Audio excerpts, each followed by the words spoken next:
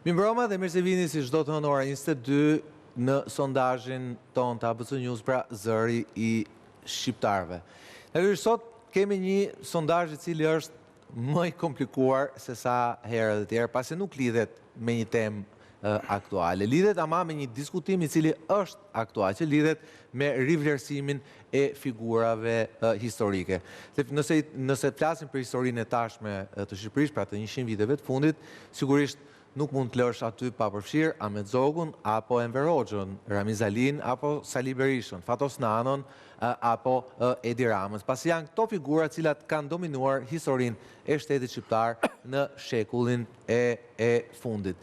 Sondazhin cilin e kemi realizuar sigurisht me sondazhistin ton Eduard Zalosha. Mirëmbrëma Zalosha. Mirëmbrëma. Faleminderit që more guximin të realizosh këtë sondazh. E kam pasur ndër në fakt shumë kohë dhe habitem se kam bërë deri më sot. Ndoshta habitet se ke bërë deri më sot, se pasi dhe debati është ky, a duhet bërë një analizë këtyre personazheve apo jo? Faktikisht ma ngacmoi idenë sondazhi që bëm për posaçërisht për Fatos Nanos, dhe që ju dedikua vetëm Fatos Nanos. Por jo vetëm, ju dedikua edhe historisë Partisë Socialiste.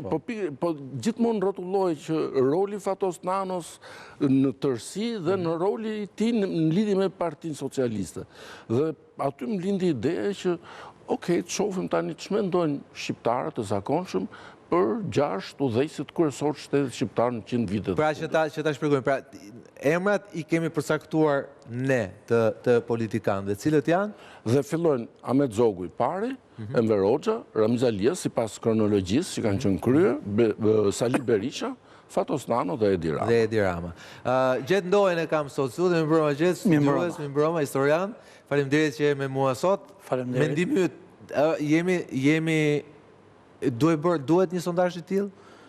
Po. Pra duhen pyetur shqiptarët kë vlerësojnë ata, sa kohë që mund të ketë ende bashkohës mbetur Zogut. Po, për mendimin tim. Dhe sigurisht të gjithë tjerëve ne jemi gjithë bashkohës. Për mendimin tim, këto figura që kanë patur rolin e drejtimit të shtetit shqiptar janë produkt, po e them vjet përgjithë, produkt i marrëdhënieve dhe indikimeve të shteteve që kanë patur mbi Shqipërinë.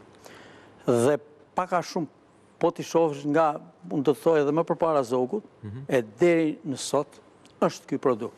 Megjithatë, për t'u nisur tek personazhet, shumë mirë metodologjia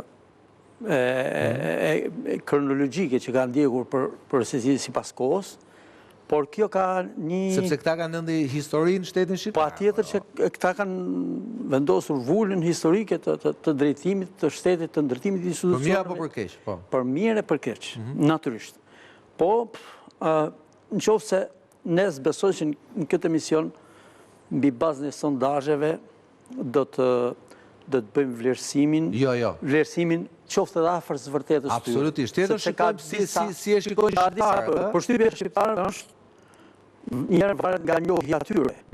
Njohjen për Zogun, për shumë e kanë më shumë një prallë të treguar se sa kanë njohje mbi dokumenta, mbi kudo. Pse mendoj që pas 38 vjetësh, 36 vjetësh, nuk ka qenë temi kohë e mjaftueshme për të patur një ide për një figurë më të plotësuar Zogu se ç'na e shiti Enver Hoxha. Maturimi i gjithë asaj që kanë bërë udhëheqësit përkatës, që nga koha Zogut deri në kohën e aktuale të Zotit Rama, është varet nga shumë faktorë, si që tha, faktori kohor, ku populli natyrisht epet më shumë dhe ndikohet për atë, për jetën aktuale, dhe vullneti i tij lidhet me simpatit e qastit për njërin apo tjetrin, pa pretenduar, unë si studius, pretendoj të jem një studius i vëmendshëm i tyre, unë them që as nuk duhet pretendohet që të themi vlerësimi që kanë bërë njerëzit, populli, këtu afrohet, jo.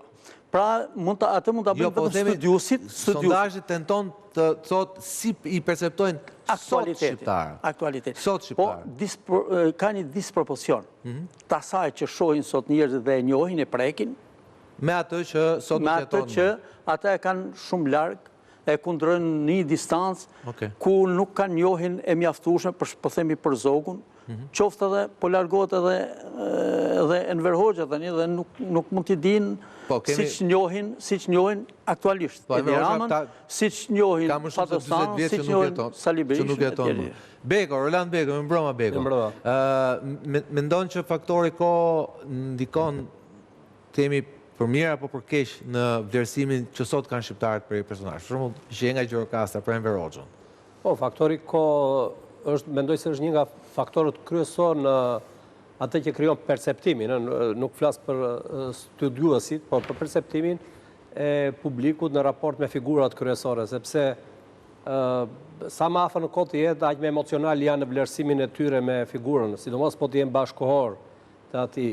Sa më shumë distancohemi në kohë nga aktiviteti real që ka pasur ajo figurë në rastin konkret shtetërore, mendoj që bën më të ftohtë njerëzit, më racional dhe gjykimi mendoj se gjithmonë është emotiv, po më pak emotiv se sa do të ishte nëse do të ishin bashkëkohës të kësaj figure politike. Ajo që doja të thoja në vazhdim të zotit Gjeta është kjo që pavarësisht perceptimit që ka publiku, ndonjëherë perceptimi i publikut e nxit dhe studiuesin që të thellohet më shumë për t'i thënë publikut nesër, shiko, ti ke këtë perceptim, bie fjala për figura të largëta, për Zogun, për Enver Hoxhën e për tjerë, por unë e kam për detyrë që të punoj dhe të nxjerr këtë të vërtet, e cila o më parafron me perceptimin tënd, ose mua është krejt i ndryshëm nga perceptimi jot. Pra është detyrë studiuesit të nxitet edhe për shkak të perceptimit. Për shembull, po të marrim figurën e Zogut. Në kohën që ne kemi qenë nxënës të shkollës komuniste, të shkollës ideologjike të Partisë Punës, ne natyrisht Zogun e njihnim, do të them, tradhtari më i madh i vendit, kishte vjedhur veshi Opinga, vodhi Arin dhe u largua një ditë para pushtimit. Dhe mbolli ignorancën, mungesën e zhvillimit, gjithë të këqijat e këtij vendi, madje kur po ta shikosha marrë, ne që jemi bërë mjeshtra edhe të analizimit propagandës, te Zogu më shumë fokusoheshin tek akti tradhtisë, akti braktisjes. Po, sepse ajo kishte të bënte shumë në korrelacionin ideologjik. Po, korrelacionin ideologjik. Ishte më e besueshme nga propaganda. Ishte edhe më e besueshme sepse është fakt dhe historik, me thënë vërtetën. Dhe pastaj e vërteta ajo është. E dyta vinte, meqense e nisi këtë, le ta vazhdojmë pak. E para ishte tradhtia, e dyta vinte vjedhja e Floririt. Se vodhi pronën e përbashkët. Po. Vjedhja e Florit. Gjeta thotë që themi sondazhi mund të jetë subjektiv për shkak se mund të ketë vlerësim për ata që janë gjallë. Për shembull, Gjeta përmendi rastin e zotit Rama. Pra ideja është ky perceptim i publikut, sa rëndësi ka për këtë që thotë Beko. Pra faktin që si duhet ta shikojmë ne nesër, ne që ndoshta merremi pak më shumë me këta personazhe, dikush për arsye studimore, dikush për arsye profesionale, kësaj sa mund na ndihmon ky lloj perceptimi, ose sa jemi ne fajtorë dhe përgjegjës në mënyrën se si shqiptarët i perceptojnë liderat e 100 viteve të fundit. Qëmë për thënë vërtetë kam një mendim pak më ndryshe edhe për sondazhin, edhe për emërtesën e sondazhit, edhe për objektivin. Në kohën që flasim për figura historike, duhet i qëndrojmë mesatares botërore të vlerësimit të këtij fenomeni. Dhe në tërë perceptimin botëror, figura historike është ajo figurë e një kohe të kaluar. Do me thënë, ajo figurë e cila ka një impakt, do me thënës. Ka debat për këtë, se tuhet histori quhet dhe edhe kjo fjala që ti sapo the dhe iku. Jo vetëm histori, i përkasin një kohë të kaluar. Unë prej këtyre nuk shoh asnjërin, madje as Zogun nuk e shikoj që ka hyrë akoma në radhën e figurave. Pra e titoni nuk është akoma koha për nuk është akoma koha për ta konsideruar, është më shumë këta. Do të thonë figurat cilat janë. Janë Muhameti, janë Jezusi, janë Platoni, janë këtë unë i marrim Washingtoni. De Gaulli, është apo jo? De Gaulli mund të jetë në fundin e periudhës kur mund të quhen figura historike. Të tjerat janë ose personazhe historike, siç janë këta tanë, ose mite. Dhe ne nuk merrim me asnjërin. Ka pas një diskutim shumë të gjerë mbi Jezusin, a është Jezusi figurë historike, apo nuk është sepse kishte hyrë në radhën e miteve. Dhe përfundimisht të studiusit e Krishtit, ju i keni parasysh, përfundimisht vendosën, ose si thuash, u vendos, që ky nuk është mitizuar, ka jetuar. Ndërsa personazhet historike jetojnë me ne, ose i kemi njohur, i kemi prekur. Gjë atë frok, unë kam shumë kuriozitet të shoh rezultatet e sondazhit. Nuk e di pse kam shumë. Jo, më fal të çoj deri në fund, po në këtë rast nuk hyn në punë studiusit, nuk e vendosin studiusit këtë gjë. E vendos perceptimi popullor, ajo që thot Landi. Ajo sa ka perceptuar, ajo që mbetet në kujtesën e Pra ka vlerë njerëzimit. ky lloj perceptimi, thoni ju. Perceptimi ka tër Perceptimi ka vlerën ka vlerë. Po, pastaj çfarë perceptojnë? Se duke i marrë vetëm udhëheqësit, më lejoni ta them, duke marrë vetëm udhëheqësit për të studiuar, ne bëjmë një autogol shumë të madh. I themi kombit tonë që shiko vetëm udhëheqësit dhe shiko këtu e gjen vlerën. Jo, por ama udhëheqësit janë produkt të kohës tyre, ë? Janë produkt, por nuk janë figura historike akoma. Po janë përfaqësues një periudhe të caktuar? Janë përfaqësues politik një periudhe të caktuar, dhe këta mund të hynë nesër. Patjetër, siç ka hyrë Stalini, siç ka hyrë Hitleri. Patjetër. Hitleri, siç është Lenini. Është një nga figurat historike me vlerë shumë të madhe në sensin e studimit. Me ndikim, po. Me ndikim shumë të madh. Atëherë, vim tek kjo që themi, atëherë ne zbulojmë dhe një defekt madh që kemi ne të madh. Një defekt që kemi ne si edhe për arsye se jemi popull i vogël, jemi një kombë që kemi pasur probleme me radhimin, kemi pasur probleme të tjera, por ne këtë e kemi defekt. Se ne figurë historike konsiderojmë ose udhëheqësin, ose komandantin e burgut, ose heroin që vret. Do me thënë, e kemi problem shumë, pse nuk është migjeni figurë historike e Shqipërisë? Sepse askush... Ama perceptimi për Nolin është që Noli është figurë historike. Po mirë, është për Nolin, po Nolin se ka për asi studius. Jo, ka drejt pro, debati për Nolin vazhdon. Debati për Nolin vazhdon, edhe se ka i ama, sigurisht debati është shumë i fortë për Zogun. Po për Fishtën? E keni vënë edhe për Fishtën vazhdon. Nuk i ka shpëtuar dot gjykimit e Fishtën. Edhe për Fishtën vazhdon. Edhe Luish Gork, edhe Migjeni nuk i ka shpëtuar dot. Padyshim. Atëre pse... Po të fus bile dhe Ismail Qemali, pavarësisht se vlerësimi historik është për të, po prandaj ai nuk i ka shpëtuar gjykimit historik dhe fakteve treja që janë zbuluar në dekadat. Ja që jemi të njëjtën, do të thotë që duhet ta kapërcejnë atë gardhin. Ne s'do jemi këtu kur ta kapërcejnë atë atje. Me ty. Sondazhi sot është për personazhe politike. Dakor, po me personazhe politike është një gjë tjetër. Atëre kthehemi, po pranojmë temën. Po personazhet politike. Vetëm e fundit për Skënderbeun më thuaj çfarë. Është Skënderbeu është figurë historike. Ka edhe nga ata që e kontestojnë Skënderbeun. Nuk është Kadare? Ka dhe ka ata. Nuk është Nën Tereza? Nuk është ende. Është një figurë shumë e madhe, është personazh historik. Nuk është ende një figurë historike. Shiko, këto janë definuar shumë mirë në tërë studimet edhe në tërë vlerësimet botërore për këtë gjë. Për sa kohë qenia njerëzore është e tillë që vën dyshim dhe ekzistencën e Zotit, sigurisht do vëmë në ekzistencë edhe temi integritetit, edhe të birit të tij edhe më tutje. Megjithatë, shkojmë atëherë kthehemi tek figurat historike. Jo për shohim shifrat e sondazhit. Jo për polemik, po edhe për polemik. Figurat që ka përzgjedhur zoti Zaloshnja. Çan figura, më fal, bëjmë një saksim se personalitet. Jo, janë drejtuesit. Janë figura, se po ti figura historike, po pranon që janë. Duhet të shohim titullin e mos vini titull që se kanë vënë. Jo, nuk është titull. Janë personazhe që kanë drejtuar. Janë personazhe të historisë. Janë personazhe të nuk kanë hyrë te figura. Jo, patjetër. Jemi korrekt me metodologjinë e studimit. Aty të dalë. Personat që kanë drejtuar Shqipërinë mund të jenë më të pamoralshmit, po ky nuk ka qenë kriteri. Kriteri, besoj, i Zaloshit ka qenë personat më të fuqishëm të vendit që kanë jetuar jetën e shqiptarëve. Jo, dëgjoj, e lexojmë pyetjen, si ja u keni bërë? Lexojmë pyetjen e parë. Lexojmë pyetjen që se i ka nga dritarja. Që në këtë kuptim i ka nga dritarja. Zaloshja. Po fjalë një përzgjedhje morale. Zaloshja. Ja, lexoni pyetjen. Është figurë historike, s'ka problem me moral. Nuk ka, edhe Lenini nuk ka ndonjë unë do të thoj se janë figura historike. Secili ka moralin e vet. Atëherë këto bim dakord gjithë se figurat më me ndikim në jetën tonë. Gjingis Hani. Nuk është pozitiv.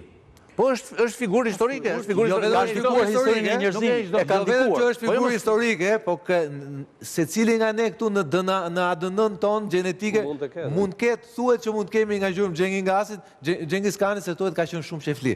Po dhe ka qenë pushtues i madh. Jo, ka ardhur. Ka qenë pushtues i madh, ka ardhur deri në Ballkan. Atëherë, Zaloshnja, Gjurmë të janë sondazhi, deri në Adriatik. gjet lutem. Sondazhi 1140 banor të rritur në gjithë vendin. Lingu i plotësorët u shpërndan në mënyrë proporcionale në gjithë qytetet e fshatat të Shqipërisë. Mund të them që ky është kampioni më i balancuar nga pikpamja gjeografike, moshore, gjinore, arsimore, edhe kuptohet dhe politike. Sepse kemi pyetur edhe për cilën parti votuat në zgjedhjet e fundit parlamentare dhe kjo gjë ka krijuar mundësinë që të kemi një marsh gabimi të vogël. Pra marshi i gabimit është plus minus 2.8% që është. Pavarësisht se nuk kemi kampionin shumë të madh, siç kemi pas për ngjarje të nxehta kohët e fundit, por ka qenë shumë i balancuar dhe kjo na krijon mundësinë me atë marsh gabimi. Pra ju thoni që vlerat e sondazhit janë relativisht të larta sa i përket. Është shumë përfaqësues përfaqësimit i. Shkojmë te pyetja e parë. Më përfaqësuesi që kam pasur. Shkojmë te pyetja e parë. Për cilin nga këta drejtues të shtetit shqiptar keni versim pozitiv? Po e nis nga përqindja më e vogël. Ramiz Alin 1.3%, Enver Hoxhën 7%, Ahmet Zogun 16.1%, Fatos Nanon 17.9%, Sali Berishën 24.1%, Edi Ramën 33.6%. Dhe shikojmë, le të themi, liderët aktual, tu ka drejt gjendoj, që normalisht liderët aktual, ato që me cilën ne kemi ndarë, temi 20-50 vitet e fundit, sigurisht kanë një vlerë që më të madhe. Pra, Nano, Berisha dhe Rama kanë përqindjen më të lartë. Po ama shikojmë që Ahmet Zogu ka një vlerësim pozitiv 16.1% të shqiptarëve që jetojnë sot. Apo jo? Po, vetëm këtu brenda Shqipërisë. Brenda Shqipërisë. Enver Hoxha e ka 7%, ndërkohë Ramiz Alia vetëm 1.3%. Një garë ama në të tashmen, si e shikoj unë Zaloshnja, që vazhdon midis Ramës dhe Berishës, dhe një garë në të shkuarën, që vazhdon sërish midis Ahmet Zogut dhe Enver Hoxhës. Tani, kjo pyetje, ky sondazh, themi, ka edhe vlerën historike, sepse në fundi i pyesim njerëzit të japin një vlerësim për drejtuesit e shtetit në 100 vitet e fundit.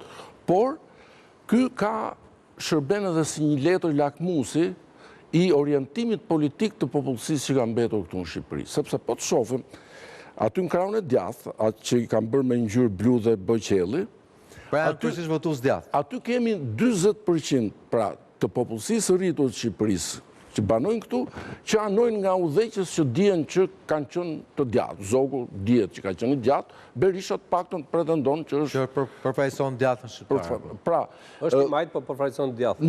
Rëndësi ka që partia e tij është anëtare e Partisë Popullore të Europës. Ai është sollit majtë në Shqipëri. Ajo që duhet të them është që kjo tregon pavarësisht se se ne nuk kemi pyetur historian, ne kemi pyetur njerëz zakonshëm. Po fakti është që 40% anon djathtas dhe 60% anon majtas politikisht. Pra, kjo na e tregon këtë gjë. Dhe duhet të them një dy fjalë për Zogun, se me thënë drejtën u befasova që ka përqindje kaq lartë, se mendoja që Zogun ne e kemi lexuar se s'ka ngelur më gjallë njeri nga ako. Po, më duket se ajo më shumë se sa simpati për Zogun, ajo është antipati për Berishën, sepse ata të anketuar që kanë prirje politike të djatha, ata dy mundësi kanë pas zgjedhin, sepse ata nuk do zgjidhin Nanon, Hoxhën, Ramën, Alin. Dhe ata vetëm këto dy zgjidhje kishin, o Zogun, o Berishën. Dhe do ta shohim dhe më vonë që dhe mosha e tyre, pra, nuk është thjesht se këta njerëz janë ulur mbi libra, kanë lexuar kaq shumë për Zogun dhe tani nga 6 këta njerëz ata pas kanë zgjedhur Zogun. Por është pikërisht kjo që ata janë te sinori i tyre i djathtë dhe te sinori këtyre djathtë kanë vetëm 2 zgjedhje, se vetëm e djathta vetëm 2 udhëheqës ka Shumë pasur. interesant, Frok, do të përfshi aty pse duke marrë një referencë një rezultati elektoral të zgjedhjeve të vitit 1997, ku sigurisht Partia Demokratike i humbi zgjedhjet me diku 27-28%, ndërkohë në referendumin që u bë paralelisht, nëse ju kujtohet, për formën e regjimit, atëherë përgjigja që atyre që ishin pro formës së monarkisë, pra rikthimit monarkisë, ishte më shumë se 37-38%. Bile atëherë Leka Zogu, indjer, patë pretenduar që votat e këtij referendumi ishin vjedhur. Pra në atë kohë, kur kishte një zhgënjim edhe tek e djathta me qeverisjen Meksi Berisha për shkak të humbjes parave në skemat piramidale, çfarë ndodhi që shifra atyre që votuan pro kthimit monarkisë ishte gati 10 pikë plus më shumë se sa përqindja që mori Partia Demokratike. Kjo për një farë mënyrë për të ilustruar atë që tha Zaloshan, që tek ky 40% janë ata që ndoshta janë të zhgënjur me mënyrën se si sot drejtohet temi opozita, e cila vet identifikohet si e djathtë, dhe thonë, okej, pra në subkonshën e tyre thonë kush është i djathti tjetër, forma e suksesshme e djathtit tjetër që ka qeverisur Shqipërinë, në këto emra që i ka ofruar sondazhi ynë, Ahmet Zogu. Prandaj e nxora 97-ën, si shumë. Ta them sinqerisht se atë po mendoja, edhe do ta thoja normal që u kujtove për Ahmet. Është vërtet ashtu siç e thoni, siç e përshkruani këtu ishim. Atëherë Ahmet Zogu po merrte, ose si në figura e Zogut, po merrte një fush, po shkonte te 50%. Dhe po shkonte te 50% me një pavëmendje totale të njerëzve. Pse? Askush nuk bënte pyetje pse. Se po të bënte pyetje pse, sigurisht disa s'kishin për ta gjetur. Disa mund ta gjenin tjetër gjë. Dhe disa mund të vinë tutje ky përfundimi që është sot nga 35% mund të vinë te ky 16%. Mos them ka qenë 39 shifra zyrtare. Po shkonte te 50. Po shkonte dhe këtu pastaj i lindi. Ne jemi dëshmitar të asaj gjë që gjithë politika, sidomos politika të 12-ve u tronditën jashtëzakonisht shumë. U tronditën pasi ishte një përqindje edhe ishte një përqindje e frikshme dhe një përqindje që ishte si të rrëshqisjen aku. Dhe ishte edhe një zhgënjim me të dyja nuk e dinin çfarë po bënin. Dhe kjo ishte për arsye të e para për një arsye të një emri që as e dinin dhe praktikisht propaganda komuniste në vend që ta rënonte figurën e Zogut, disa figura tjera realisht i rënoi, për shembull ballistit i rënoi. Po Zogun nuk ja bëri dot atë gjë për shkak se njerëzit donin një mbret edhe e shikonin një gjë që dhe duhet thënë për t'ia dhënë meritat, Leka Zogu atëherë ka bërë një fushat shumë të mirë. Shumë të mirë derisa arriti, po pastaj ndodhi ajo që ndodhi në Sheshin Skënderbej. Në Sheshin Skënderbej ajo që ndodhi, pastaj që tragjike, por kur ai doli armatosur, por fushata e Leka Zogut ishte një fushat që nuk u bllokua siç u bllokua fushata socialistëve, nuk u bllokua siç u bllokua fushata demokratëve në jug të vendit. Zogu arriti çante edhe në jug, edhe në veri. Dhe ndoshta në subkonshën shqiptar tha, okay, ky është i biri Ahmet Zogut, dhe ndoshta në këtë situatë ky është një element bashkues. Do me thënë, siç rrëshqiti atëherë, do me thënë, siç rrëshqiti në akull elektorati, pa i ditur ç'a bënte, kam përshtypjen se ky 16% që sot po është e njëjta lëvizje. Do me thënë, në momentin e dëshpërimit politik, për shkak të në atë kohë, për atë arsye, ata kërkuan një referencë, kërkuan një gjë, ku ta një perëndi të vdekur. E donin patjetër perëndin të vdekur. Dhe gjetën Zogun dhe u rreshtuan atje, pa pyetur se çfarë mund të jap Zogu dhe çfarë mund të jap. E njëjta gjë ndodhe dhe sot. Dhe jam dakord në atë që disa nga PD-ja kanë ikur, sot po është një mas shumë e vogël, sepse Zogu vazhdon të jetë influencal. Është prapë influencues toni. Pra e thoni Zogu vet ka influencën e vet si personazh sot akoma. Po patjetër, për tek të zhgënjimit të demokratëve. Për arsye të politikave që realisht këtu kanë zënë vend dhe nuk harrohen. Praktikisht nuk harrohet kujdesi për shtetin, nuk harrohen lidhjet me perëndimin. Lidhjet me perëndimin janë shumë të rëndësishme për figurën e Zogut. Nuk harrohen bankat që u themeluan për herë të parë në Shqipëri, nuk harrohet ushtria dhe mbi të gjitha nuk harrohen deret personale. Ai kishte një rrjet të jashtëzakonshëm nderesh, siç kishte edhe njerëz që i vriste për arsye pushteti. Po, Beko? Duhet të shtoj dy element, po nëse më lejoni shkurt, për pse në 97-ën Zogu mori kaq shumë vota derisa po udhëtonte drejt 50%. Në atë periudhë gjyshërit tanë ishin gjallë. Në kohën e Zogut ata kanë qenë o fëmijë o adoleshent. E vërtet. Dhe ata e kishin përjetuar situatën e Zogut. Dhe na e kanë treguar historinë. Bravo. Gjatë kohës së Enver Hoxhës ishin të frustruar, nuk guxonin të flisnin dhe të thonin të vërtetën. Thjesht nënqeshnin kur dëgjonin se si ne lexonim historinë dhe gjeografinë që tregonte për kohën e Zogut dhe si ne minim referencat e zhvillimit ekonomik të Shqipërisë duke i krahasuar me një vitin 1938. Me 38. Shqipëria sot dhe Shqipëria dje. Si ishte viti 38? Vendosin dy foto atje. Kjo ishte një ranë. Do të thënë ata flisin pozitivisht, përgjithsisht pozitivisht për kohën e Zogut, sepse ka pasur drejtësi, ka pasur rend, ka pasur Shqipëria ishte me një dimension tjetër, nuk ishte Shqipëria sotme, do të thënë dhe elementi dytë mendoj që në 97-ën që ndikoi ishte fakti që u cënua realisht sovraniteti i Shqipërisë, i shtetit shqiptar, dhe për këtë arsye si në këtë shtresë sociale që unë thash tek gjyshërit tanë që dini që monarkia ishte e fortë, se kishte dëshmuar edhe në kohën që ajo kishte qenë, edhe për çështjet e kufive, por edhe për faktin tjetër se me Republikën nuk ishin mësuar shumë, nuk e njihnin mirë dhe Republika ra ndërkohë. Pikërisht, Republika ra, se ra presidenti, ra qeveria, ra shteti, ra ushtria. Atëherë në kujtesën e tyre u thirr një formë tjetër e organizimit të shtetit që ishte monarkia. Dhe ata e përsollu, unë kam qenë dëshmitar i këtij fakti, imagjino dhe në Lazarat fitoi Zogu. Lazarati ka qenë fanolist në atë periudhë.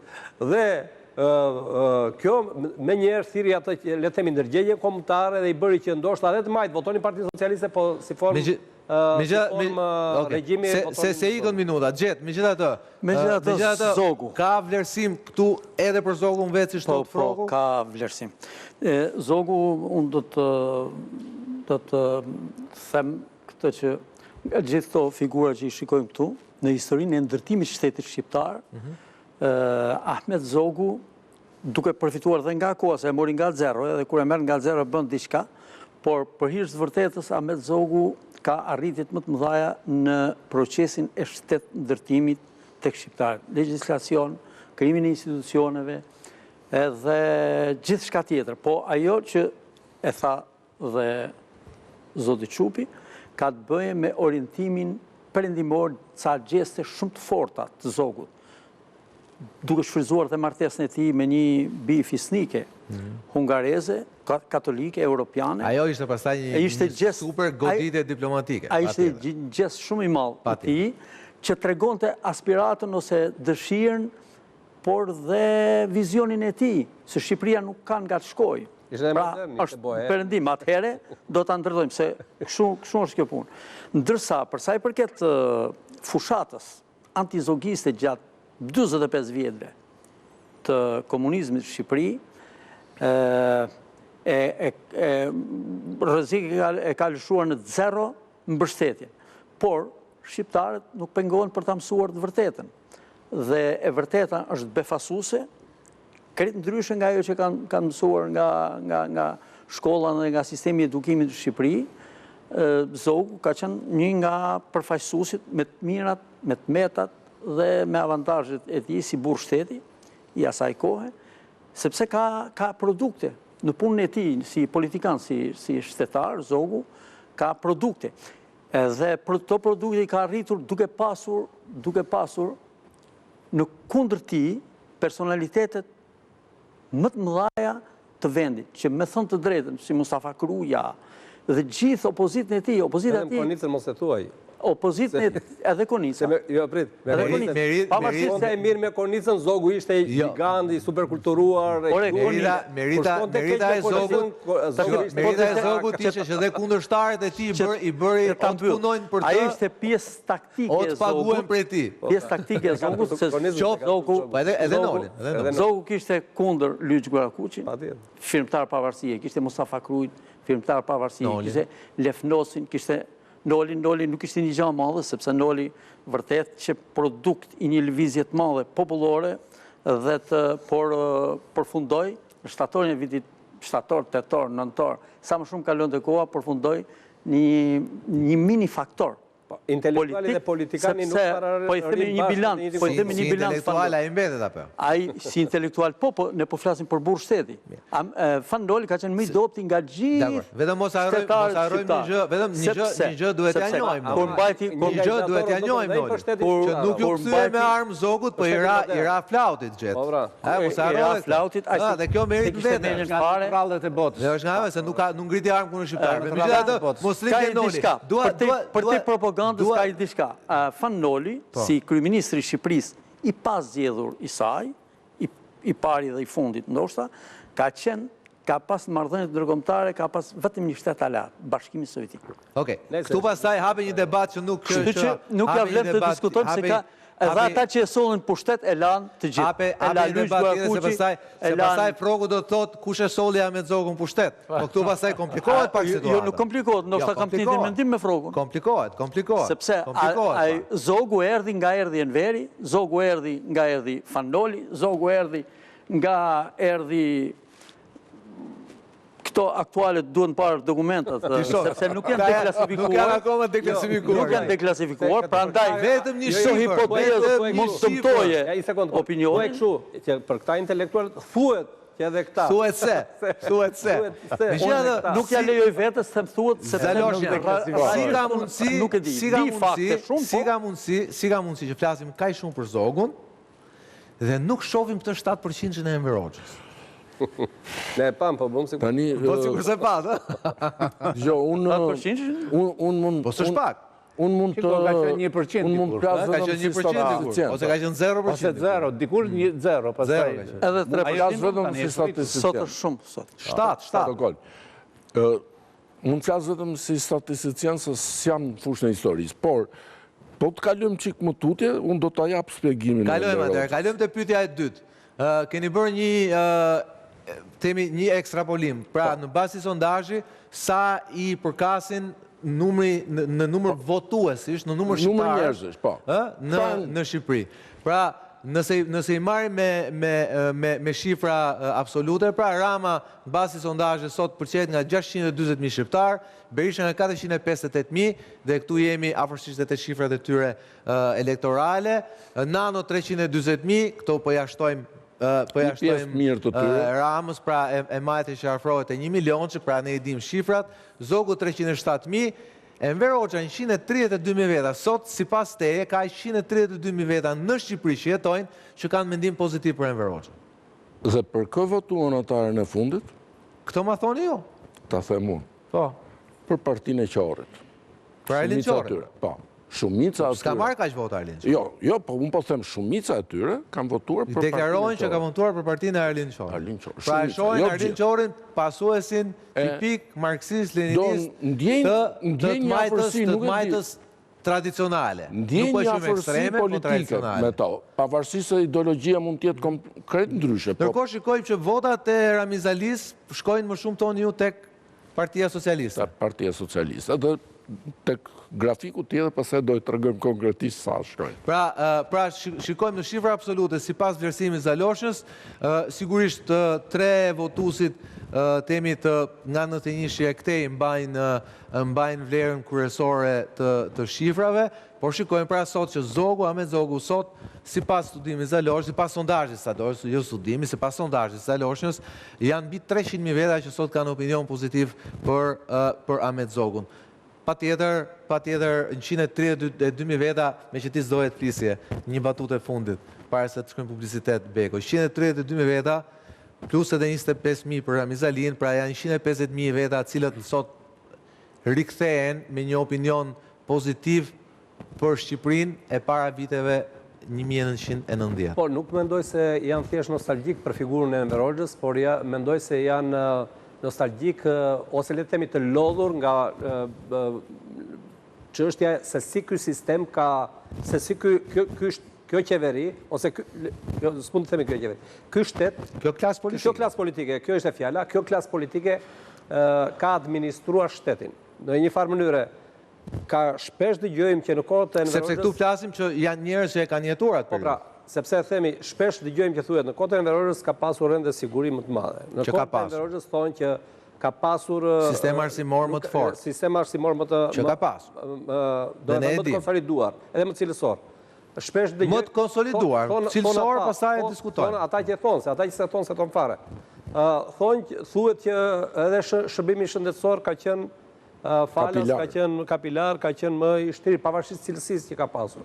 Edhe element tjerë të cilët sot, për shembull, nuk ka pasur drogë, nuk ka pasur kaq shumë korrupsion, të paktën të dukshëm e tjerë. Pra, janë disa element që njerëzit i donin të kishin në demokraci dhe ta quajnë demokracinë të realizuar, por nuk i kanë se kjo klasë politike nuk ka dhënë atyre. Vedëm ka qenë forma e regjimit, sepse për shembull unë kam gjithmonë një pyetje, nëse Enver Hoxha do ishte gjallë gjetë në 1990, në dhjetorin 1990-s, do ishte sjellje ndryshe nga Ramiz Alia? Ndoshta po të ishte gjallë Enver Hoxha, jemi në kuadër supozimesh. Supozimesh. Dhe supozimet si rregull në histori nuk funksionojnë. Nuk po bëjmë histori.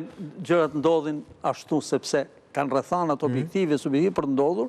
Megjithatë, po të supozoja, duke pas parasysh karakterin më të fortë, profilin më të fortë si lider politik të Enverit, se sa të Ramiz Alis, unë them do të kishte rrezikuar vendi të shkonte në një vllavrasje, sa do e vogël dhe e kufizuar nga ndërmjet ndërkombëtare. Në paktën nga sa kemi lexuar, pra jemi kuadër në situata të tensionuara edhe të ekzistencës pushtetit ti ka qenë shumë më flirtues me kompromisin apo jo Beko? Ishte shumë e vështirë. U duk tek dalja nga marrëveshja nga traktati i Varshavës. Ishte shumë e vështirë. Si menaxhoi atë dhe dalja nga Bashkimi Sovjetik. Dhe Ramiz Alia thotë që dalja ishte me qëllim saktuar në mënyrën se si e menaxhoi atë kërkoi një aleancë perëndimit. Ai ka negociuar me perëndimin që ka ruajtur. Ishte shumë e vështirë. Tentoi negociante se perëndimi nuk ja dha kurrë atë mundësi, por tentoi negociante. Unë them është tjetër gjë dalja nga traktati i Varshavës, sepse ai u lidh direkt pa u prishur dhe pa u shkpullur nga traktati i Varshavës, e hodhi spirancën në Kinë. Po më mbrapa. Por Enver Hoxha 90-ën ju ngreni një supozim, një hipotezë që 90-ën Enveri mund ta bënte më butë se sa Ramiz Alia. Kjo do të thotë të rrëzonte veten Enveri. E diti se pika më e fortë e gjithë atyre që nuk donin Ramiz Alia ishte na ka thënë doktori u kthyr brenda natës demokrat. Ju jeni kundër Enverit, urdhë? Doktori na u kthyr brenda natës demokrat. Pse mos te edhe Enveri? Sepse Enveri ishte ndërtuar, Enveri ishte kështjellë në kuptimin e ndërtimit të një figure që nuk mund të kontestohen në raport me komunizmin. Pra, ai ishte komunist, ai s'ka qenë komunist asidit. Por kuptimin e asaj që kishte përgatitur, ai ishte simboli i komunizmit, simboli i çdo të keqe që kishte sjell komunizmi, realisht. Dhe ai nuk mund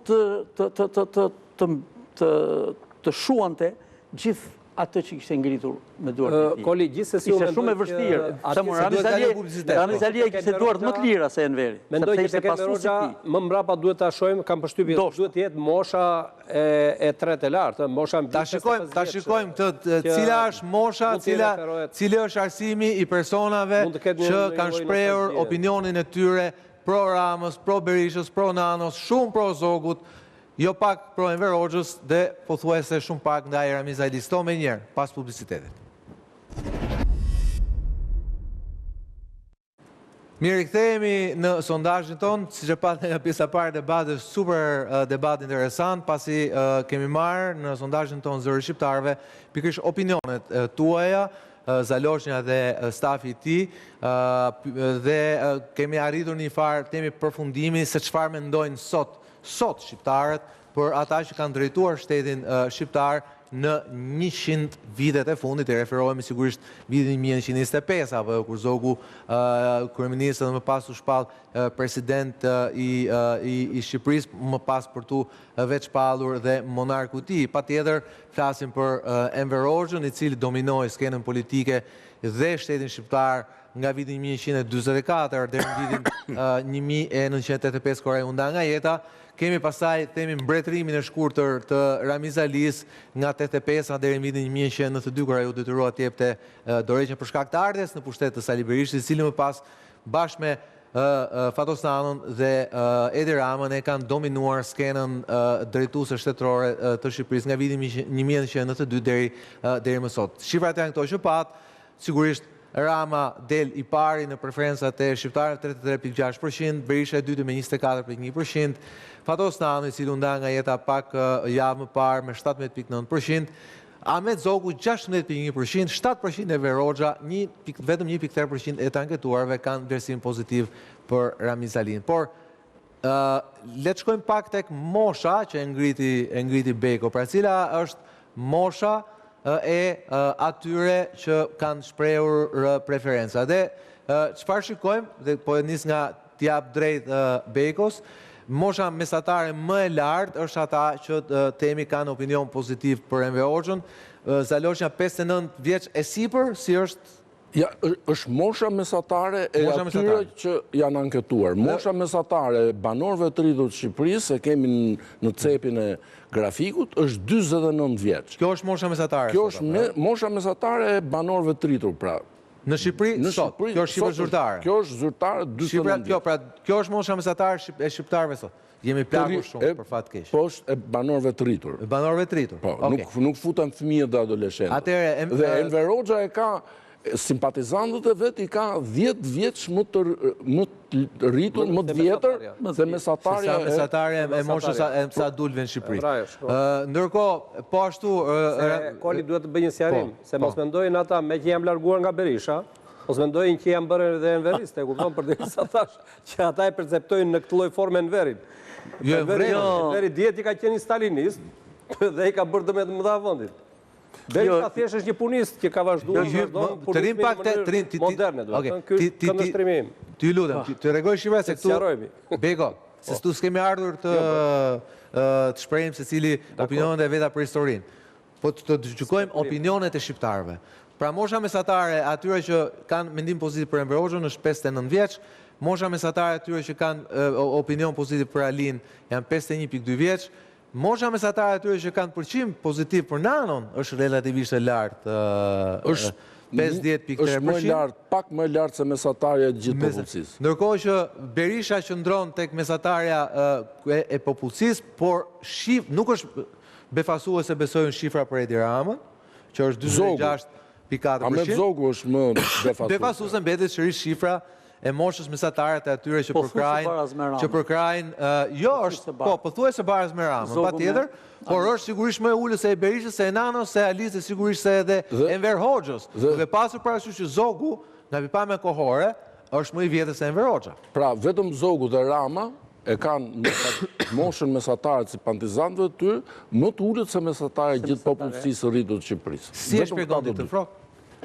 Shko, kjo është shumë krejtësisht e shpjegueshme, po e marrim nga krahasimi për mendimin tim. E marrim nga krahasimi që bëhet ju midis Hoxhës dhe Zogut, I cili njëri e ka 59 vjeç dhe tjetri ka 47 vjeç, por ndërkohë Zogu është një periudhë para tij. Dhe kjo shpjegohet me Zogu, Ahmet Zogu ka vdekur në 61 në Paris. Kjo shpjegohet me 25 vjet para Enver Hoxhës. Për mua, kjo shpjegohet me dy analize, me dy logjika. Logjika e para është se Ahmet Zogu që një burgshteti më modern se sa Ahmet Zogu, se sa Enver Hoxha. Ishte më, si me thënë, ishte më pranë rinis, ishte më kavaljer. Po temi, formalisht kishte një regjim demokratik. Ishte një regjim demokratik dhe ndërkohë Shqipëria ishte e hapur, arti dhe kultura, muzika e filmi shkonin e vinin, po sigurisht, kufit ishin të hapur, e tjere gjë që shumë dikuse, kjo është shumë dikuse për ajo jona, e mbretërisë, kjo është shumë dikuse për të tërhequr njerëzit e rinj, njerëzit që e perceptojnë atë gjë, e kuptojnë, e shijojnë. Ndërsa Enver Hoxha është I përket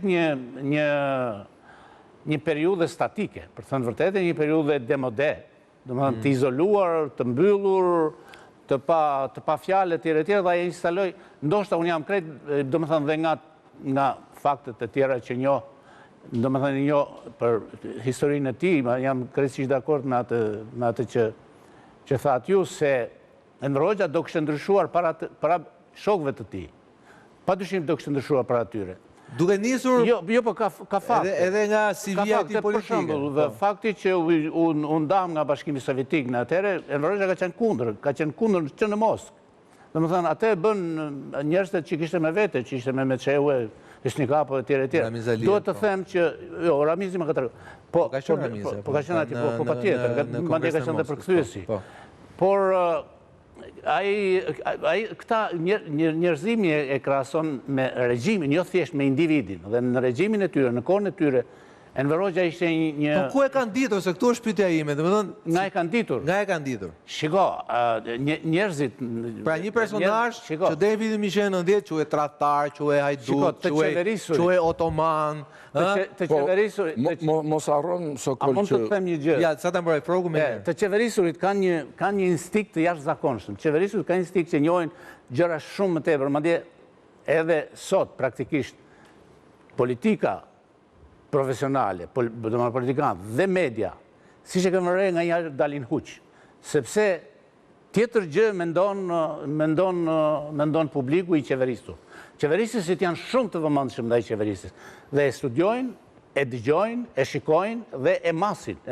Ka një aromë, qeverisja qoftë dhe viteve të 39. E vërtet. Kështu që edhe këta që votojnë për Enver Hoxhën, nuk është të gjithë e njohin, janë shumë pak ata që e kanë takuar, që i kanë dhënë dorë njerë.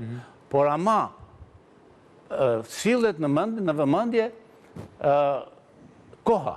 Dhe kohën nuk e kthejnë dot. Jo vetëm kam vështirë, po pastaj këtu jam unë subjektiv, kam vështirë shohën nga produktet që ai la më pas, regjimi i tij që la më pas, edhe kjo se për ndryshe nuk ka se si të shikosh që një person si Ramiz Alia, i cili duhet tonë, pati autorsinë e një rotacionit paqët, ose të paktën nuk pati gjak si që ndodhi në Rumani, si që ndodhi në Rumani, dhe shikojmë që ai ka një versim pothuajse inexistent. Megjithëse unë për shkakun personalisht do mendoja që duhet ta kishte më të lartë. Ka arsye, ne e dim se janë arsye. Duhet ta kishte më të lartë, por ndërkohë gjet si ka mundësi që vlerësimi për Nanon dhe për Berishën është më i lartë në moshë se sa ai për Zogun. Tashi, ajo adresimi që bëri Zaloshnja që këta duhet të jenë automatikisht votuesit e një partie tre e cila në fakt është e majt, edhe duket si gati ekstreme e majt, unë them nuk përkon me realitetin. Këto po fillojmë nga Enver Hoxha, që ka pjesën ka moshën më të lartë nga gjithë. Kjo është gjëja më normale. Më normale, sepse janë, unë them, nuk ka nevojë për shumë analizë kjo. Janë ata nostalgjikët, të cilët nuk kanë ndryshuar dhe e duan e kanë idhull Enver Hoxhën. Ata janë. Dhe ata nuk besoj të kanë votuar tek Qorri. Ata kanë votuar tek Partia Socialiste. Partia Socialiste ka qenë ashpëmbrell e nostalgjikëve, edhe të Enver Hoxhën, edhe të Fatos Nanës. Një sekund, të bëjnë sqarim me numra. Jo, të bëjnë sqarim për numrin.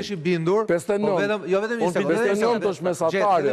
Aty ka vetërinj, po mesatarja është 59. Nuk janë gjithë 59. E kupton? Janë 137.000. Po janë gjithë 59. A s'ka 37.000 Qorri. Jo, dakord, por ai thotë, po potencialisht mund të jeni 137.000. Të bëjë pjesën më të madhe ai, do të thënë ta shohësh me pamjen e parë që po atje janë, automatikisht sepse ajo është e majtë, unë them nuk shkon shumë, ai ka më shumë student. Ai votuesit, pra. Dërsa ka janë nostalgjikët, tu vazhdojnë me shoqatën e veteranëve kur s'ka asnjë veteran në Shqipëri sot. Po më dëgjon çapo të? Nuk janë gjithë 59 vjet. Tyre që janë edhe kanë përcjell me këtë mesazh dhe indoktrinimin e tyre dhe dashurinë për udhëhesin, për Enverin. Pra janë gjëja më normale dhe ajo shifër është e logjikshme. Jo, shifra e Enver Hoxhës, po flas shifrat e Nanës dhe të Berishës, që janë më të larta se të Zogut. Kjo është ndërsa Berisha sot.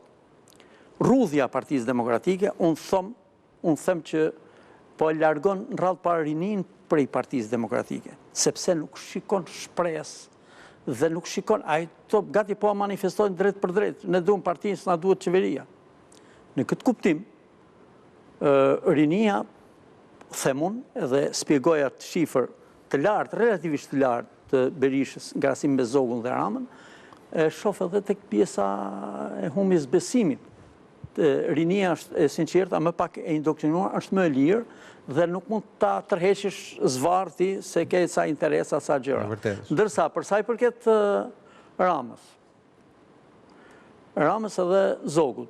Zogu është një figurë që ka ndërtuar një politikë shtetërore moderne të pakrahasueshme me këta, sidomos me Enver Hoxhën natyrisht, dhe derivatet e tij. Unë Fatosnanun e quaj derivat Enver Hoxhës, nuk më bën përshtypje në kuptimin e pavarësisht nga sjellja e tij që ishte krejt e kundërt, ai ishte njeriu i cili ishte derivat i atij sistemi politik partijak, i Partisë Socialiste, dhe natyrisht duke parë që Partia Socialiste është ombrell e gjithë nostalgjikëve. Gjeta ka drejt, nga befame historike ne harrojmë pak që Nano është kryeministri i fundit i regjimit monopartiak, pasi ajo bë kryeministër pas Rënës Bustit. Po, ishte Ramiz Alia njeriu i parë. Në befame historike datat kanë vlerë.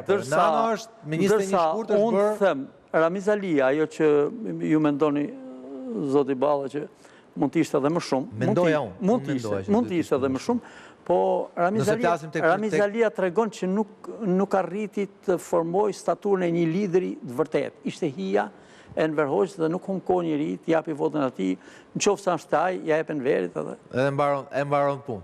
Mbaron punë. Ndoshta keni drejt. E sfumon është. Zalosha,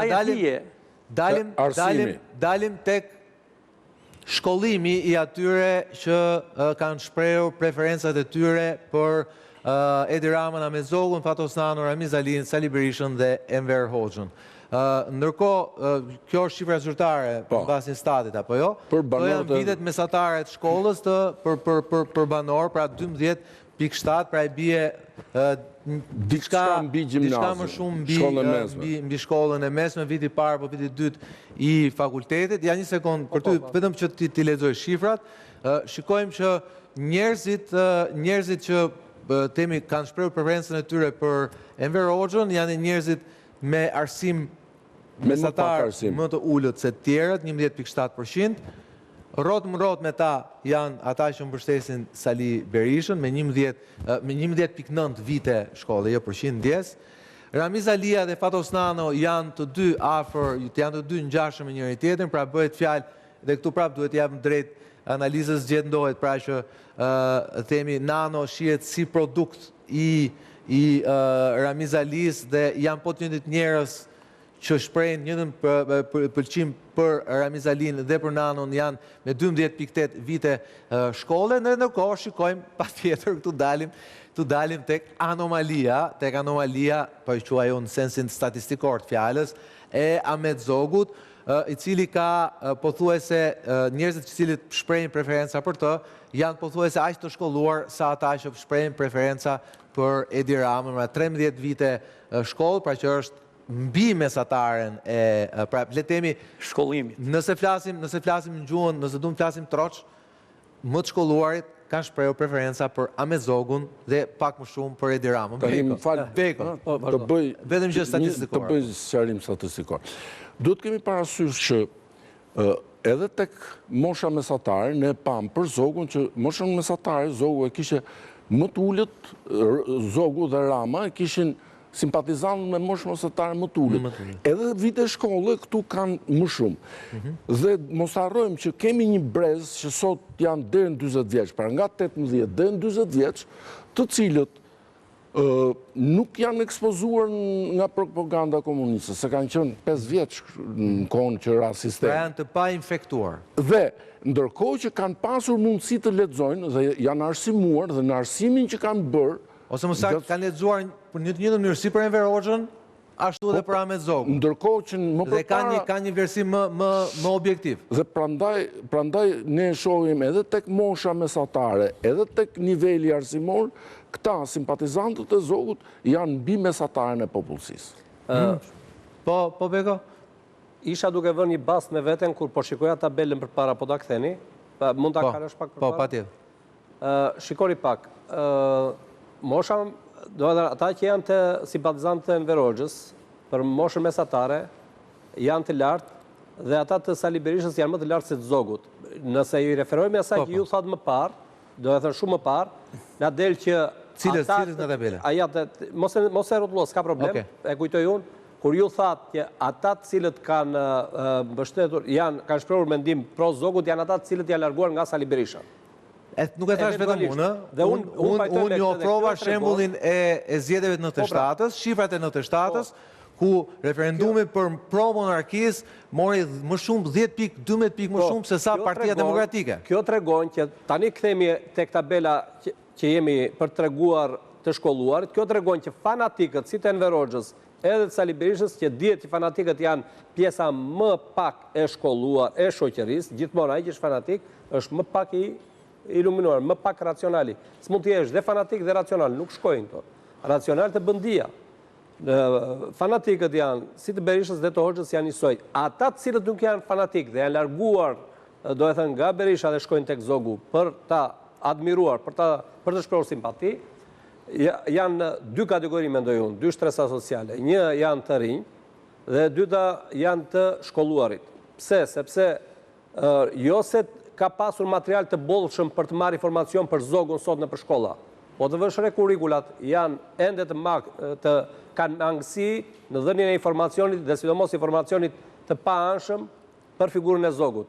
Ashtu si që kanë mangësi edhe për figurat tjera politike të asaj periude.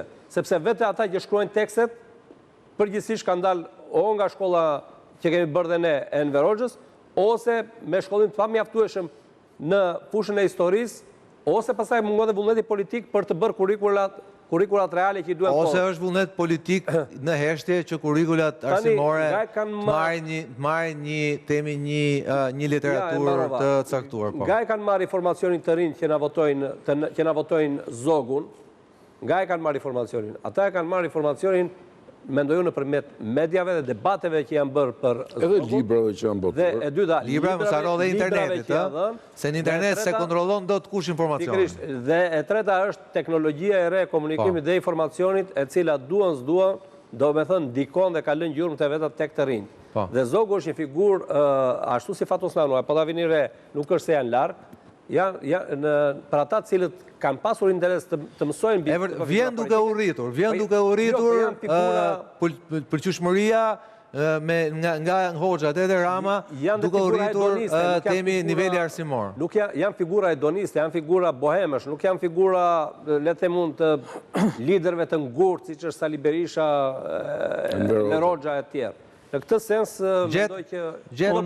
Unë kam se kjo vjetre edhe në moshën, mosha më ullët, mosha më re, dhe me thënë, është përkra kryesisht Ramën, nga gjithë të Rama është i pari, edhe të shkolluarit për sëri Rama.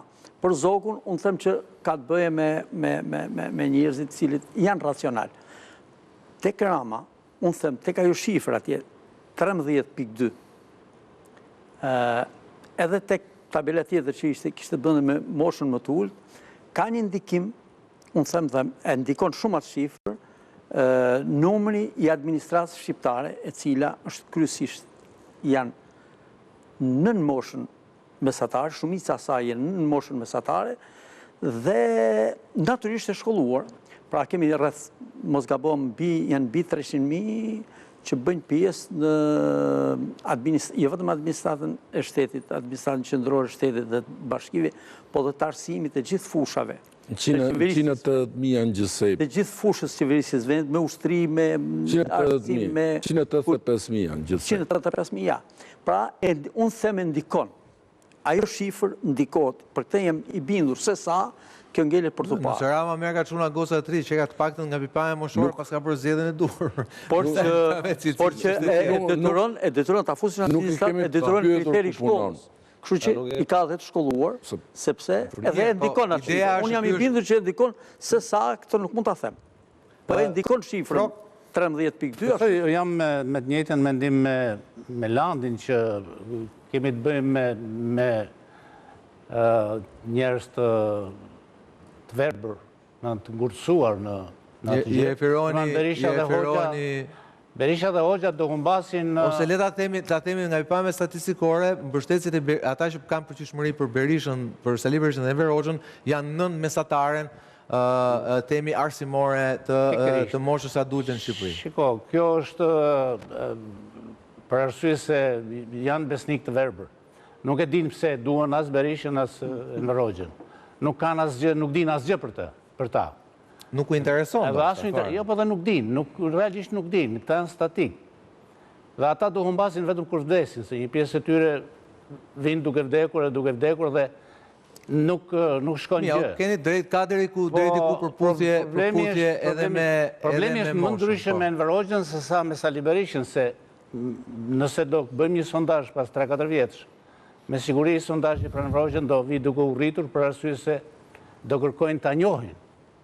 Se Enver Hoxha në fundit ka i vepër. Saliu s'ka vepër. Ka vepër, se besoj që i është nënshkruar gjykimit publik nga 91 e këtej. Asgjë s'ka mbetur. Për keq apo për mirë? Asgjë nuk ka mbetur, për shkak se vepra Enver Hoxhës ishte socializmi, vepra e Berishës ishte antisocializmi, po që u kthye në dhunë. Dhuna s'quhet vepër asnjëherë. Vepra e doktorit nuk jam një gjë, nuk jam mojmë. Atëre, vepra e doktorit është Partia Demokratike. Atëre, po s'është, se ekziston. Partia Demokratike. Atëre vim të arsyetimi pse Edi Rama dhe Zogu kanë këtë përqindje. Kanë këtë përqindje për arsye se edhe njëherë kanë ndryshime midis vlerësimit të dyve, padyshim që Edi Rama është një udhëheqës që i pëlqen rinisë, domethënë rinia përgjithsisht e ka më shumë, e të rinia që voton, thuaj se shkon tek Partia Socialiste. Këtu nuk është vetëm rinia, ka vetëm një sqarim i vogël për sa i përket. Këtu bëhet fjalë për njerëzit të arsimuar, jo domosdoshmërisht për moshën. Jo domosdoshmërisht. Po pikërisht e marr si njerëzit që lexojnë. Moshën e kemi këtu. Pastaj nëse duam të ndërthurim moshën dhe arsimin, ju keni drejtë. Edhe mosha e marr me njerëzit që dinë të përdorin telefonin, dinë të përdorin internetin, përputhen. E drejtë. Dinë të përdorin për këtë gjë, e mora ndoshta. Jo, përputhen, jeni korrekt. Pikërisht. Dhe njëjta gjë, por me një diferencë, është vlerësimi, ose si thuash mbështetja për Zogun, është për arsye të arkivave që Zogu i ka të pasura, dhe ndërkohë kurioziteti njerëzve për Ahmet Zogun është në moshat e ulta, në moshat e larta, ose angazhohen me Enver Hoxhën, ose angazhohen me Sali Berishën. E ka një opinion më të ndarë. Mos ta kenë saktë, po e ka një opinion më të ndarë. Është një element, më falë, Frok, vazhdo, mendova se mbarove. Unë ty po të citoj edhe prapë ndërpret. Jo, në rregull, më falë, mendova se mbarove, sinqerisht. Jo, s'ka gjë, po duhet të them që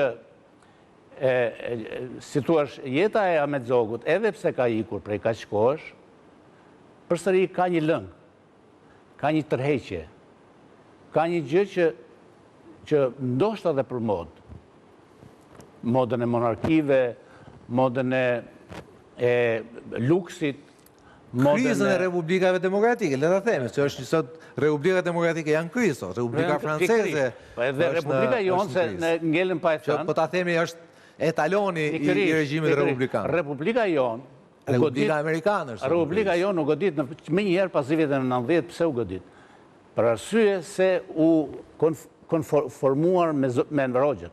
Domethënë, u konsideruar se Republika ishte Enver Hoxha. Në fakt nuk është kështu. Në asnjë vend nuk është kështu. Por u godit për arsye të Enver Hoxha. U godit dhe ligji. Domethënë, Republika është ligji, sigurisht.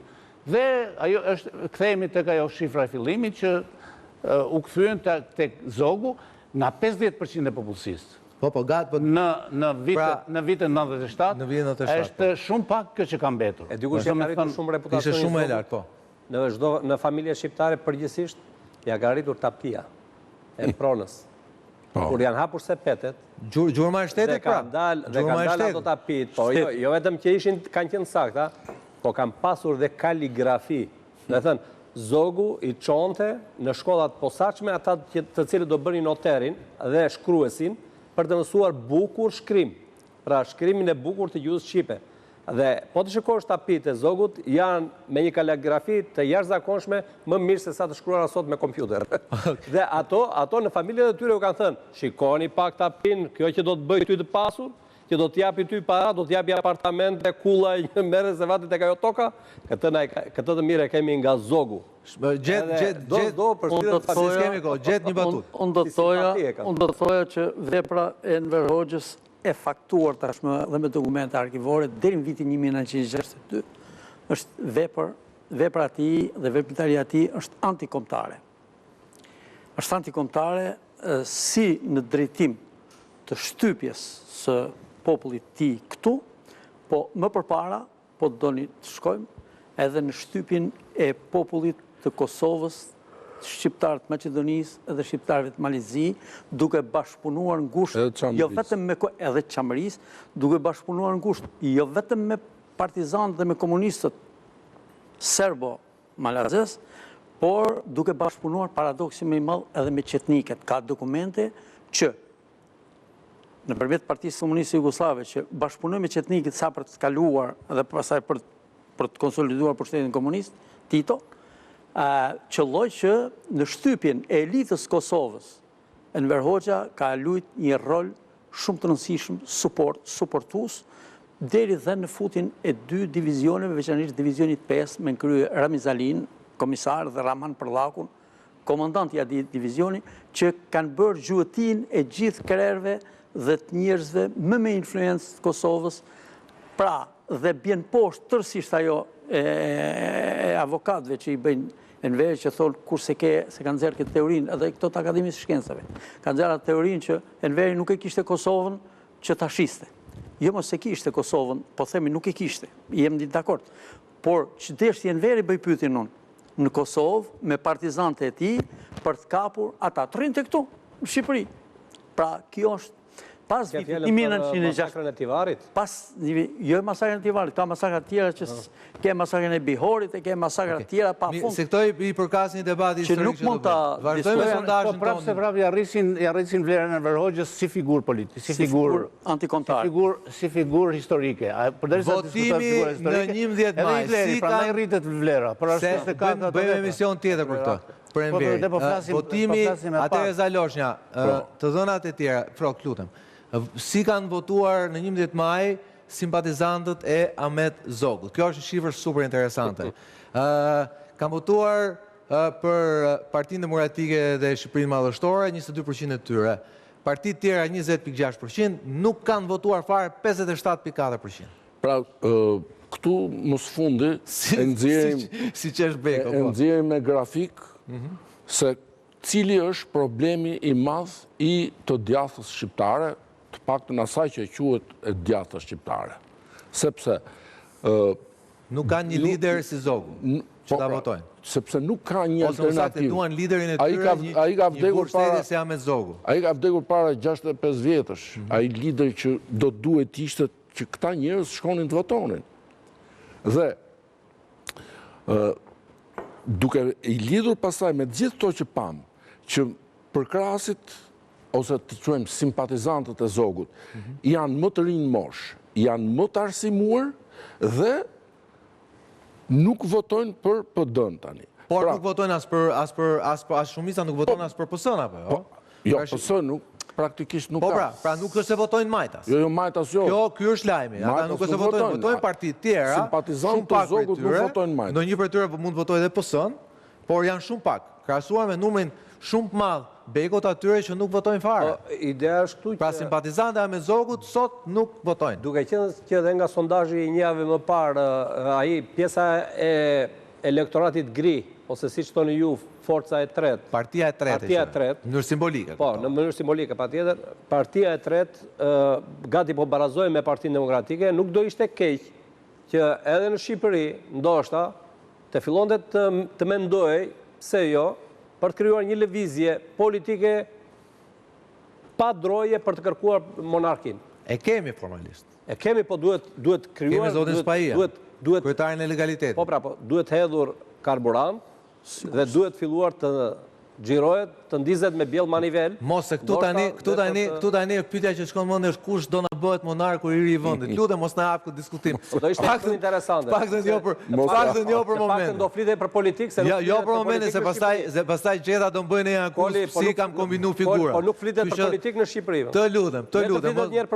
Mos ta hapim këtë debat, por unë politikisht unë them që jemi korrekt, Froku themi që shumica e votuesve djathtë nuk e votojnë sot Partinë Demokratike, nuk votojnë Partinë Socialiste dhe duan një lider tjetër. Ka një arsye, se më falë të ta them jashtë radhët. Partitë e vjetra, si dhe kodet e vjetra, si edhe zakonet e vjetra, si edhe burnia në disa zona që këto të nejmi burnia, tjere. Këta këto janë realitete. Po çfarë realitete? Janë realitete që nuk organizohen politikisht. Dhe Partia e Zogut do vdes ashtu pa u organizuar politikisht. Kjo aktuale, thoni. Po patjetër. Po mbështetësit ose simpatizantët e kulturës së këtij qeverise janë shumë më tepër se aq. Kur të bëhen sondazhe, ata do thonë po, aty ata janë vërtet besnik në atë gjë. Ne njohim disa, ne kemi miq tanë që janë besnik zogist. Dhe janë qartë. Shiko, por nuk organizohen politikisht. Po ju them një sekret, se besoj gjeta që është marrë me arkivat, besoj kjo quhet informacioni deklasifikuar. Informacioni deklasifikuar. Unë në vitin 1997 kam votuar pro monarkisë. Pro kthimit të regjimit monarkik. Një person... Edhe pse je republikan në fakt. Edhe pse je republikan në atë moment votove... Në atë moment unë kam votuar. Pse? Sepse isha i zhgënjur nga personi me cilin e kisha mbështetur dhe kisha punuar me të, dhe sigurisht isha skeptik ndaj rikthimit të socialistëve në pushtet, jo sepse riktheheshin në pushtet, por mënyrën se si ata u rikthyen në pushtet. Kjo është një letër lakmusi, nëse do të themi kështu, që vërteton që shumë prej tyre nuk janë nostalgjik thjesht të mbretit, por forma sundimit politik në Shqipëri që do të jepte një paqe, do të jepte një farë qetësie vorbullës dhe dinamikës shumë zjarrt politike që e luftës politike, do ta çlironte deri diku, do ta çlironte dhe do të kishte stabilitet. Mirë, po disa të tjerë më thonin monarki pa shpallur ishte edhe Enver Hoxha. Monarki pa shpallur, ai ishte. Ata janë diktatorët, nuk quhen monark, por në fakt janë si monarku më i fortë. Janë si ata të Mesijes bili, nuk janë si monarku Belgjikës, se i Danimarkës, se i Holandës. I ndanë gjitha. Po një monark që pranon legislacionin modern, parlamentin, me atribute e tij, qeveria që buron nga parlamenti, monarku thjesht e certifikon. Ne më ka sot modele në... Duhet shkojmë se s'kemi minuta. Shkojmë votimi në 11 maj brenda vendit i simpatizante të Enver Hoxhës, Ramiz Ali's dhe Fatos Nanos. 20.3% e atyre që kanë shprehur simpati për këta tre lidera, temi, le t'i quajmë të majtës apo jo, Zaloshnja, Hoxha, Alia dhe Nano, pastaj do na shpjegosh pse e ke ndarë Ramën vete.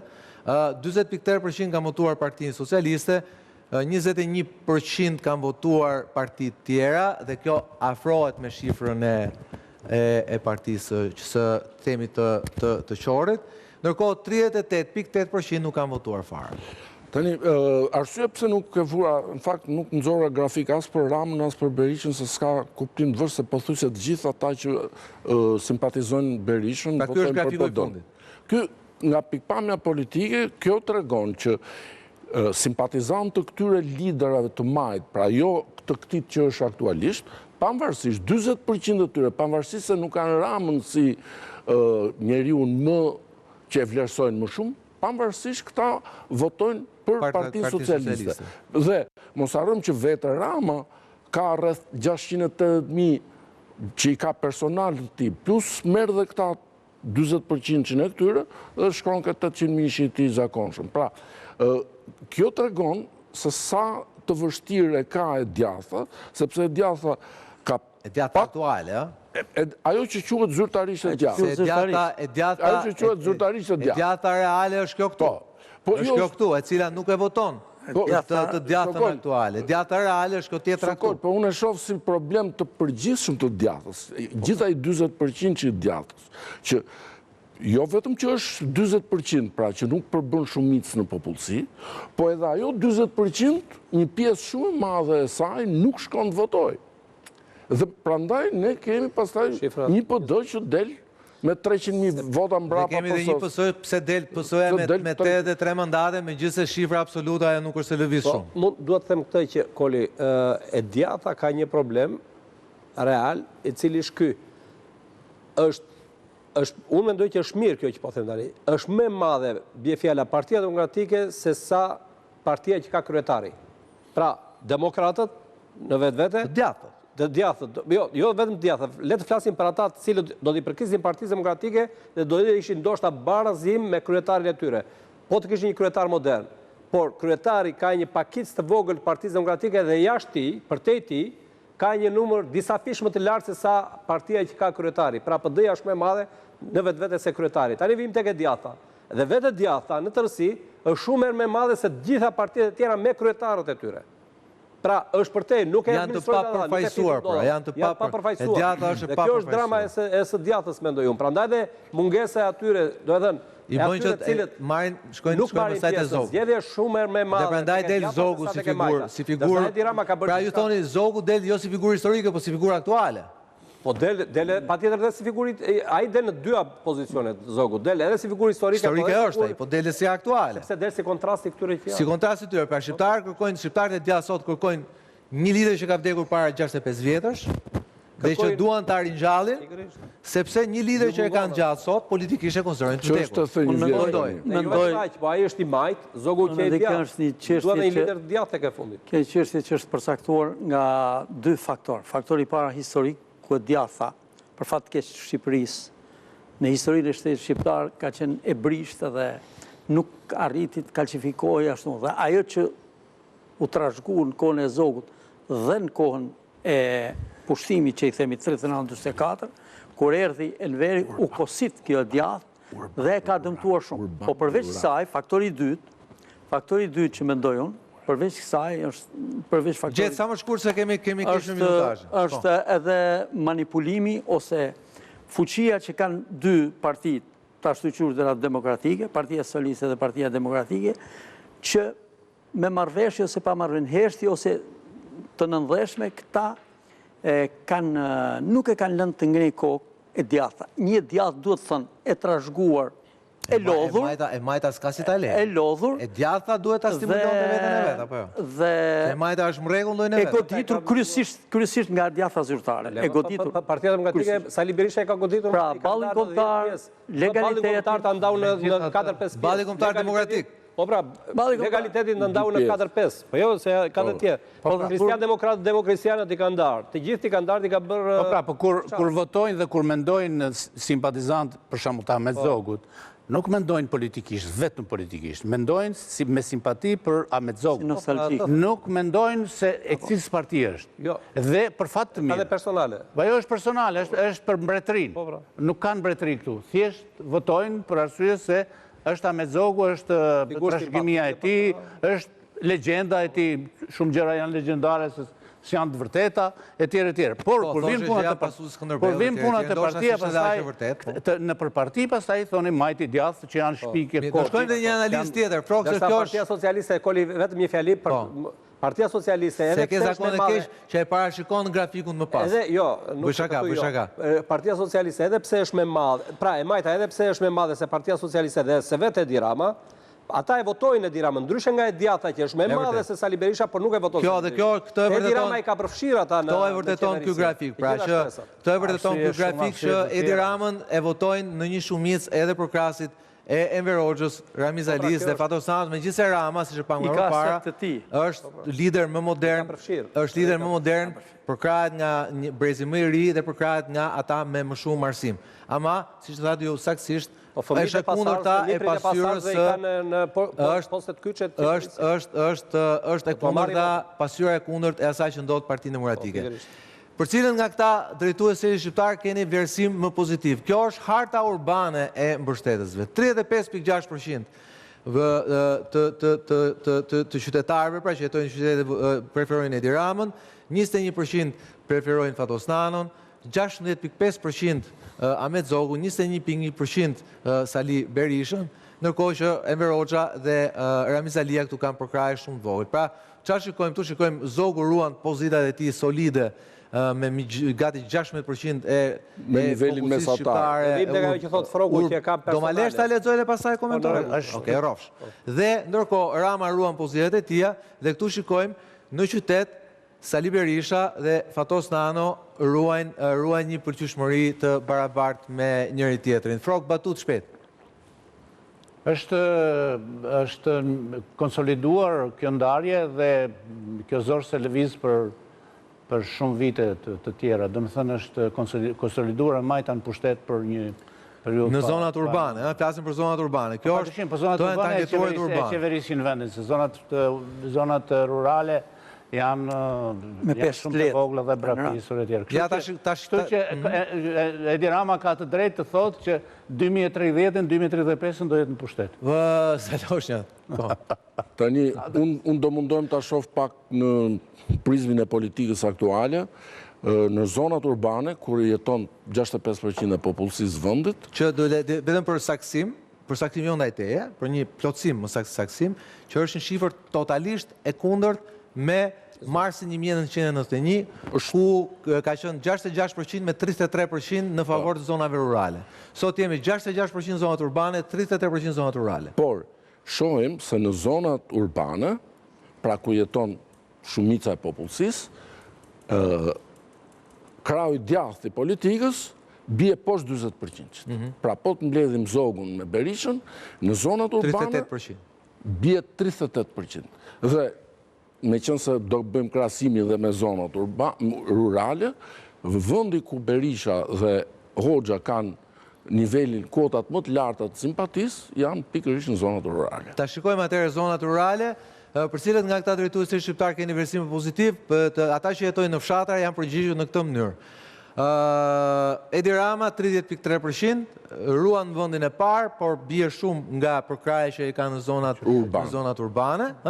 Është shumë, ka diferencë. Ka diferencë. Ndërkohë, në zonat të paku, Sali Berisha në fshatra mund t'i gëzohet barazimit thuajse statistikor me Edi Ramën, 29.8% e atyre që kanë shprehur përqim për Berishën jetojnë në fshat. Nano ruan kuotat e tij stabil, ndoshta edhe për shkak nostalgjisë dhe për shkak të faktit që nuk jeton më. Ndërkohë, shikojmë një ngritje të Enver Hoxhës, pra në zonat rurale Enver Hoxha ka një përkraje më të lartë se mesatarja 7% që ishte në rang kombëtar. Se shikojmë që ndodhë me Ahmet Zogun. Mbështetja e tij nuk lëviz fare. Pra kemi një 16% statistikor Zaloshnja, qytet, fshat, plus minus 0.05%. të edukuar, ruan një përkraje stabil. Kjo do thoja unë, Bego është temi befasia, jo befasia, ndoshta për njerëz nuk është befasi, por kur futet si statistikë është befasi, që Ahmet Zogu sot përfaqëson një figurë të konsoliduar në perceptimin e djatëve shqiptar.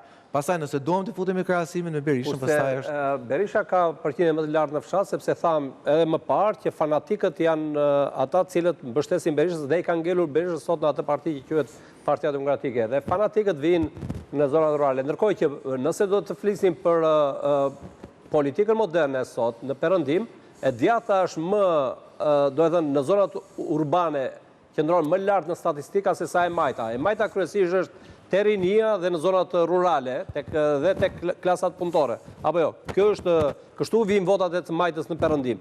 Kurse e djatha është në zonat urbane, në qarqe intelektuale shtrese mes me lartë. Ndërkohë që ne në Shqipëri nuk kemi dhe këto, janë prishur dhe shtresat sociale tashmë. Ne nuk flasim dot për një shtres të mesme sociale që të arrim të kërkojmë votën e së djathës tek ajo.